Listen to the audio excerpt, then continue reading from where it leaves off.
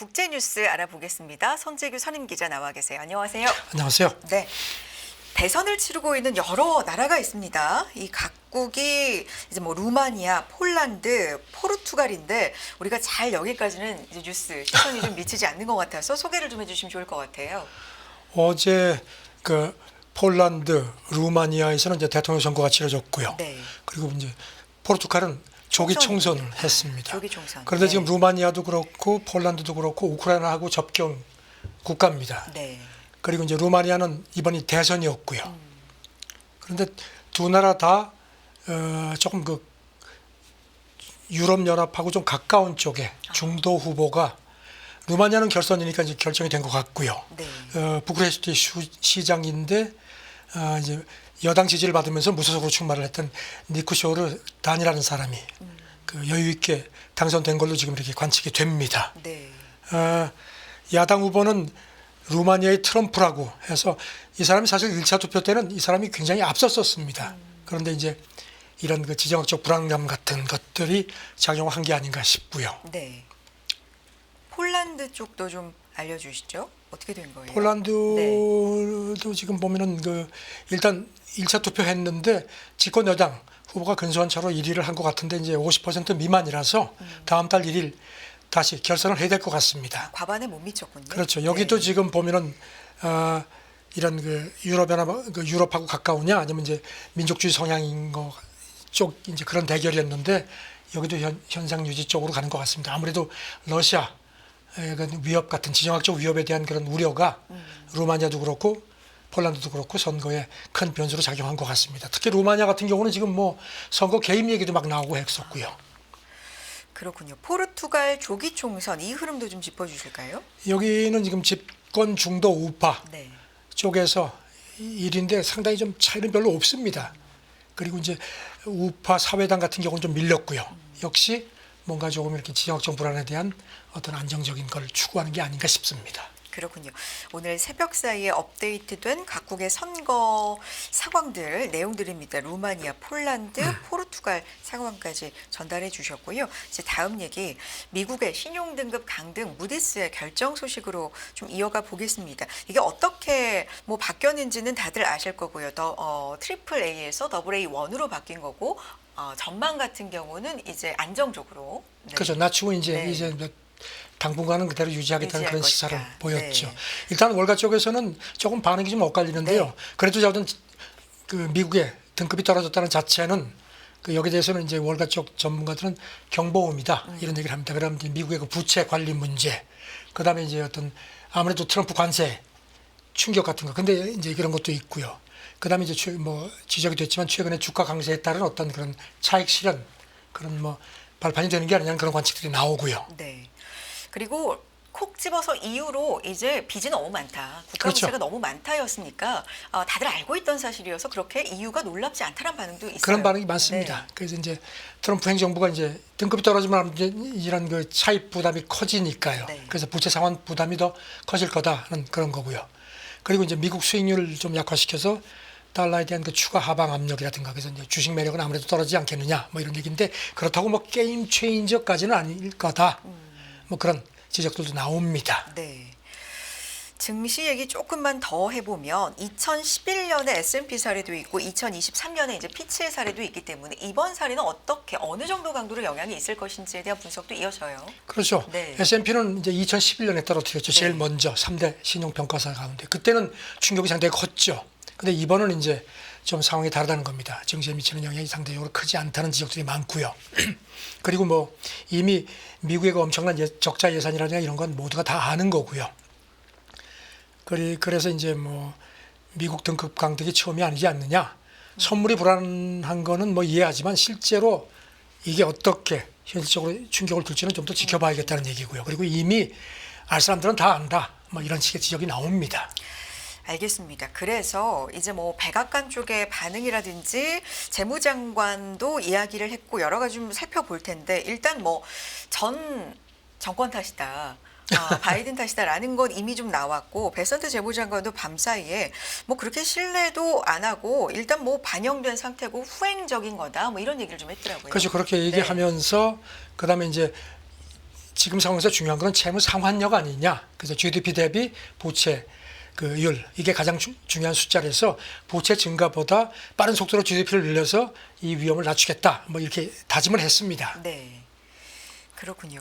백악관 쪽의 등급 강등, 백악관의 반응도 등급 강등에 대한 반응 이런 것도 좀 전해주세요. 백악관 그 중국계 미국인이죠. 네. 그 스티브 청 백악관 공보국장이 이 사람은 이제 그 무디스의 이게 수석 이코노미스트 사람들한테 이름 많이 알려져 있죠. 마크 잔디 이 사람을 물고 늘어졌습니다. 사실 여기 대해서 뭐 외신들은 좀 애먼 거 아니냐 그런 얘기를 하는데 왜냐하면 이 사람이 그 담당하는 파트는 지금 무디스의 그 국가 등급 조정하는 데하고 전혀 관계가 없는 쪽이거든요. 근데 이 사람 얘기가 X에 글을 올렸는데 이 마크 잔디 수석 이코노미스트가 오바마 자문가였고 클린턴 후원자다. 그래서 이 사람이 2016년부터 네버 트럼프, 그러니까 트럼프는 절대 안 된다는 그런 걸 아주 앞장서서 활동해 왔다. 그래서 아무도 그 사람 분석을 진지하게 받아들이지 않는다 이렇게 주장을 했습니다. 그리고 전에도 뭐 여러 번 틀렸다 하는데 뭐 더 이상 구체적인 얘기는 하지 않았습니다. 그러니까 뭔가 좀 정치적이다 이렇게. 그렇죠. 해석하는. 뭐 그런 걸 자꾸 네. 이렇게 좀 더 씌우려는 그런 모습 제스처를 보였습니다. 알겠습니다. 관련된 얘기 좀 더 해보면 일단 트럼프 행정부의 디폴트, 채무 불이행 어느 정도 가능성이 있냐. 사실 이 디폴트에 대한 얘기는 꼭 트럼프 정부만이 아니라 매번 반복되는 이야기이긴 합니다만 이르면 8월부터 걱정해야 할 수 있다. 이런 얘기가 나왔어요. 누구 얘기입니까? 이게 뭐 베선트 재무장관도 그렇고 그다음에 이제 그 재무부 장관 마이클 포켄더라는 사람인데 이 사람이 그렇게 얘기를 했습니다. 그 지난주에 그 외신하고 영상 인터뷰를 하면서 그 신고 기준으로 해서 세수를 고려할 때 자기가 볼 때는 오는 8월쯤이 가장 빠른 엑스데이트, 이제 엑스데이트가 이제 걱정할 시점이라는 표현이죠. 그걸로 확신한다. 그리고 지난달 말까지 그 돈이 거친 게 작년보다 한 5% 늘어났는데 그쳤다. 이렇게 얘기를 했습니다. 이게 이제 의회를 좀 겨냥한 겁니다. 네. 그러니까 차입 상한 좀 높여달라는 그런 압박인 것 같습니다. 네. 이 사람은 지금 그 국세청장도 직무대행을 같이 하고 있죠. 그렇군요.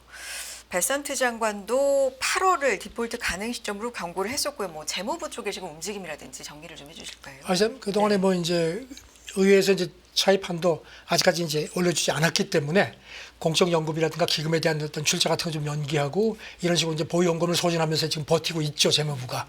그래서 이제 이런 여력이 바닥 나는 게 이제 한 8월쯤이 아니겠냐는 얘기를 했고 베선트도 지난 이달 초에 의회 지도부에 편지를 보내가지고 비슷한 시점을 경고를 했었습니다. 네, 알겠습니다. 그런 가운데 이번 주에 사실 증시를 크게 움직일 만한 이렇다 할 지표 발표가 좀 없는 가운데 시장 일각에서는 이 트럼프 대통령이 추진하는 감세 법안이 의회에서 처리될지 그 여부가 상당히 중요할 수도 있다라는 의견이 있는데 이 관련된 얘기 좀 전해주세요. 그런데 지난주에 그 하원 예산위원회에서 네. 아시다시피 상원은 지금 공화당이 리드를 하고 있죠. 감세 법안을 부결시켰습니다.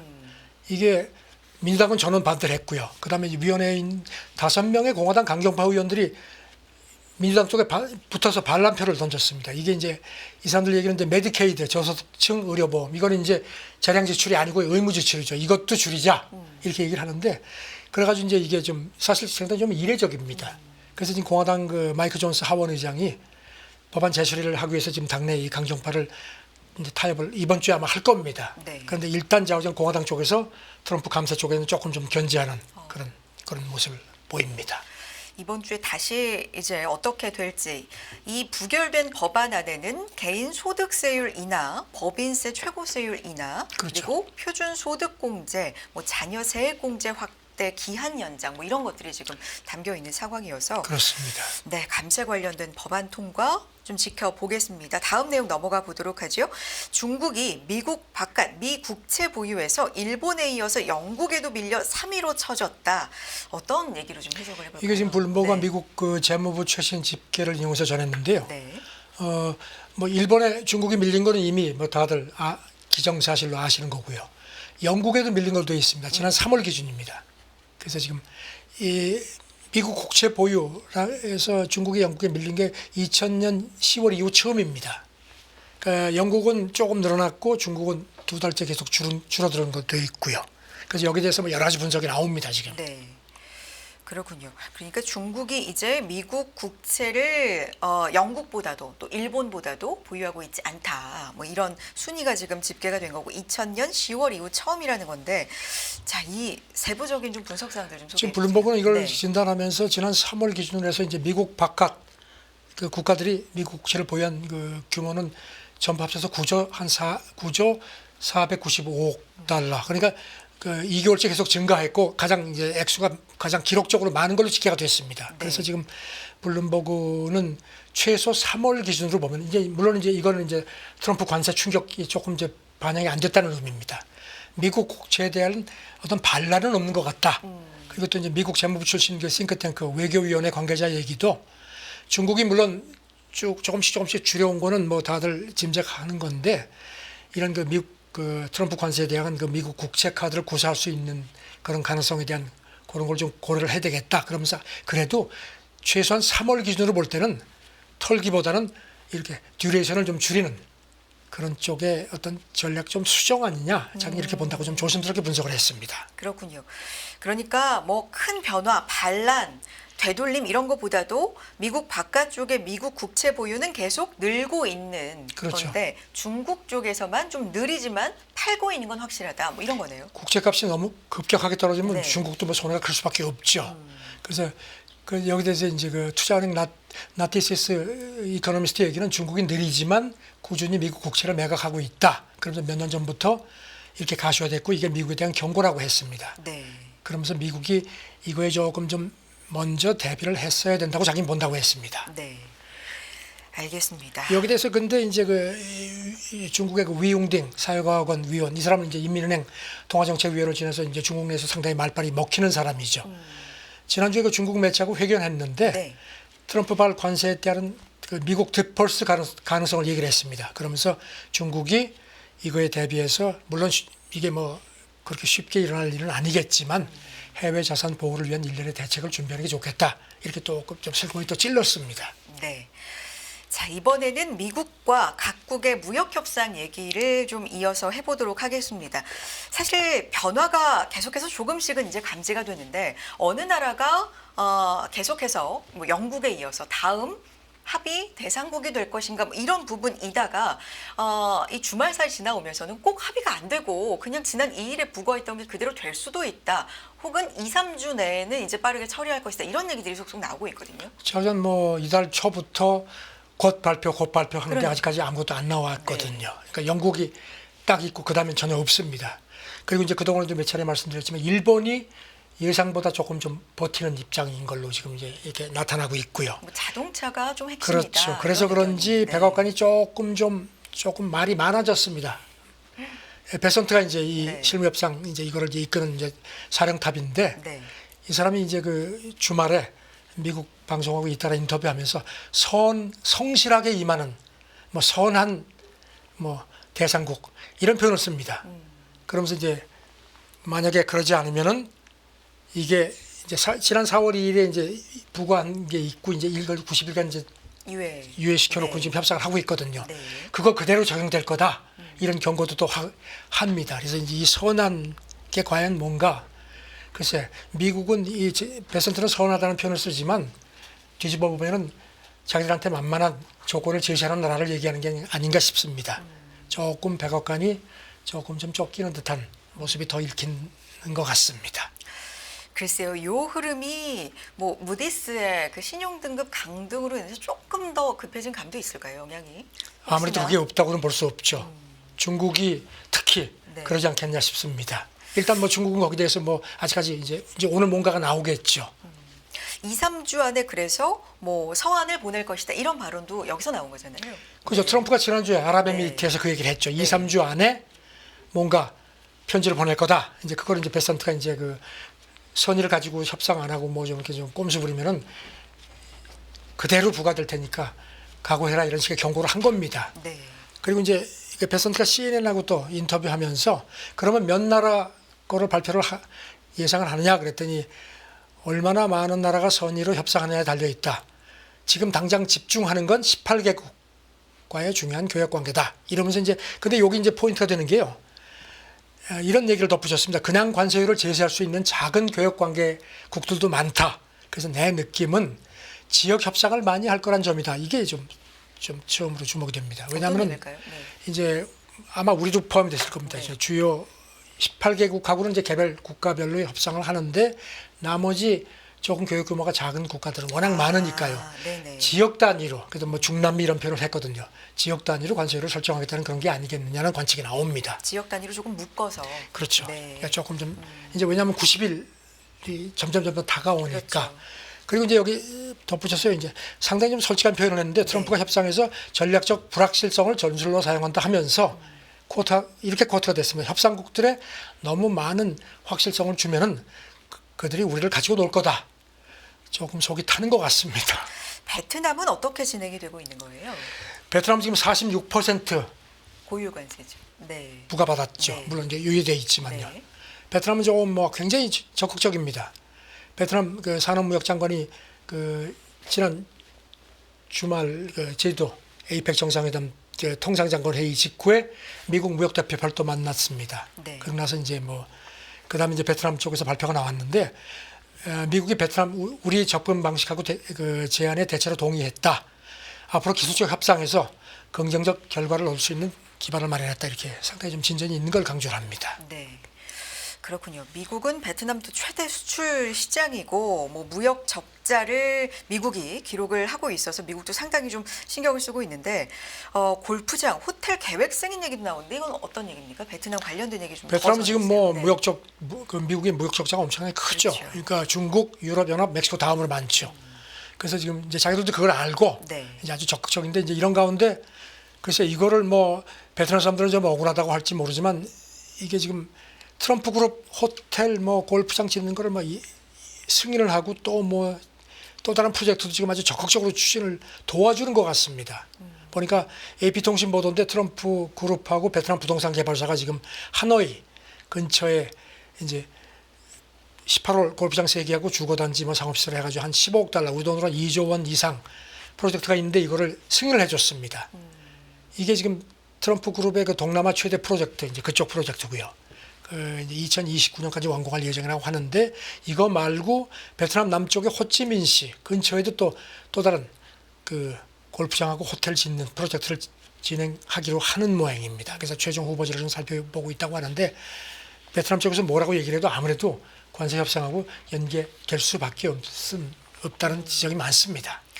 알겠습니다. 이 무역 협상과 관련돼서 각 국가들의 이 관계에도 상당히 좀 변화랄까요? 이렇게 미묘하게 좀 감지가 되는 부분들이 있는데 호주가 미국이 하고 있는 대중 무역 압박에 호주는 동참하지 않겠다 이렇게 밝혔다고 하는데 어떤 내용인가요? 베선트가 얘기했던 선의에서 들어가지 않으려는 것 같습니다. 네. 호주 통상 관광장관이 자기네 매체하고 인터뷰를 했는데요. 우리에게는 중국이 최대 무역 파트너다. 중국과의 무역이 호주에는 근 10배 더 중요하다. 그러니까 그래서 중국과의 비즈니스를 줄이고 싶은 게 아니라 오히려 더 늘리길 원한다. 아주 직격을 아주 솔직히 털어놨습니다. 네. 그러면서 덧붙이기를 미국이 원하든 아니든 우리는 상관하지 않겠다. 국익에 따라 중국과 어떻게 관계를 지속할 것인지를 결정하겠다. 그래서 오직 국익에 부합할 때만 미국하고 협상한다. 아주 확실하게 손을 그었습니다. 네. 호주 총리가 이제 트럼프 대통령하고 또 만날 것이다 이렇게 예정돼 있잖아요. 연임됐죠. 네. 그래서 다음 달 이제 처음 연임되고서 이제 첫 대면을 할 것 같은데 호주가 지금 또 이렇게 또 미국을 조금 속을 태웁니다. 알겠습니다. 주말 사이에 또 새벽 사이에 이 가자 사태에 대한 이야기가 새롭게 계속해서 좀 전해지고 있는 상황인데 어떻습니까? 새로운 내용들 좀 전해주세요. 저는 트럼프가 중동 방문하는 동안에 이스라엘이 가자지구 막 엄청나게 공습했죠. 그래가지고 뭐 한 300명 이상이 또 죽고 막 그래서 유엔도 막 비판을 하고 그런 상황인데요. 그러니까 오히려 트럼프가 다녀오고 나서 더 복잡해진 것 같습니다. 이렇게 이스라엘 트럼프 방문 중에 계속 맹폭한 데 이어서 우리 시간은 오늘 새벽에는 네. 여기를 가자지구 재점령하겠다. 새 작전까지 아예 선언을 했습니다. 그러면서 또 카타르 중재로 또 그 인질 추가 석방 같은 거 휴전 논의를 또 하마스하고 새롭게 시작을 했습니다. 그야말로 강원 양면 전략을 구사합니다.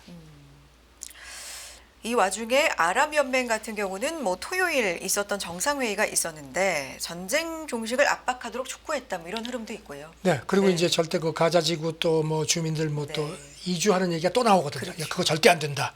왜냐하면 지금 이스라엘이 보니까 자기네가 이렇게 이제 점령을 해서 가자 주민을 그 점령지 내에서 막 강제 분할을 시켜가지고 뭐 통제하겠다는 그런 구상을 또 갖고 있는 모양입니다. 이런 가운데 지금 이스라엘 소식통 얘기가 위트코프 미국 중동 특사가 왔다 갔다 했죠. 근데 뭐 별 성과가 없습니다. 그러니까 아예 포기하고 너희가 알아서 해라 이런 식으로 우리한테 넘겼다 또 이렇게 주장을 합니다. 네. 아주 상당히 복잡한데 아랍 그 정상회의는 절대로 그 이주 안 된다 거듭 촉구를 했습니다. 네.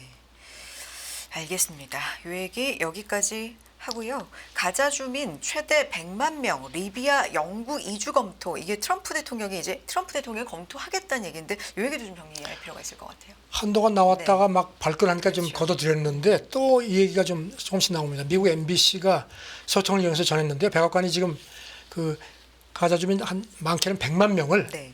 리비아로 영구 이주시키는 계획을 조용히 추진한다는 겁니다. 그래서 리비아하고 이미 얘기를 했고 그 리비아도 뭔가 반대급부가 있어야 되니까요. 한 10년 전에 한 몇십억 달러 자금 동결한 게 있는데 그거를 해제해주는 조건을 제시한 거 아니냐. 이스라엘한테도 이걸 통보를 한 모양입니다. 네. 팔레스타인 주민에게 무료 주택을 주고 뭐 보조금 같은 인센티브를 제공하는 방안도 이 과정에서 논의가 됐다라는 얘기가 논의가 있어요. 됐다는 것 네. 같은데 지금 그러면 그 돈, 그 재원이라든가 네. 그다음에 이 100만 명이 사실 이주한다는 게 쉽지 않거든요. 그렇죠. 그다음에 이제 특히 이런 거 현재 그 교통편이라든가 이런 걸 볼 때 그래서 쉽지 않을 거다. 그래서 그런지 지금 백악관이 리비아 말고 시리아도 하나의 후보지로 지금 검토를 하는 것 같다는 겁니다.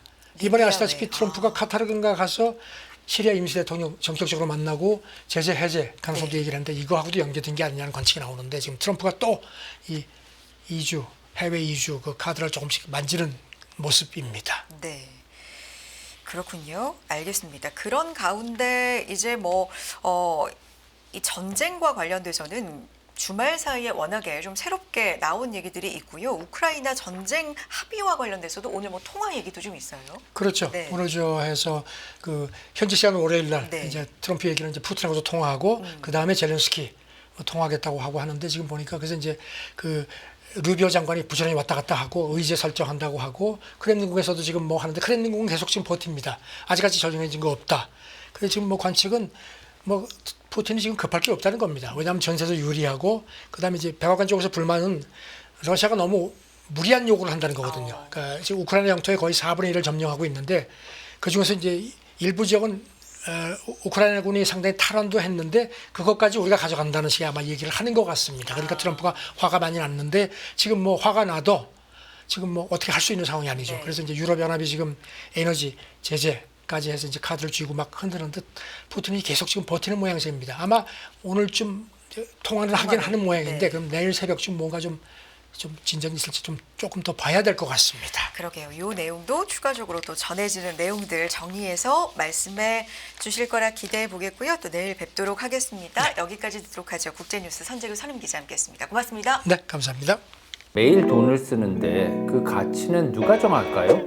정답은 슈퍼달러 슈퍼리치에 있습니다.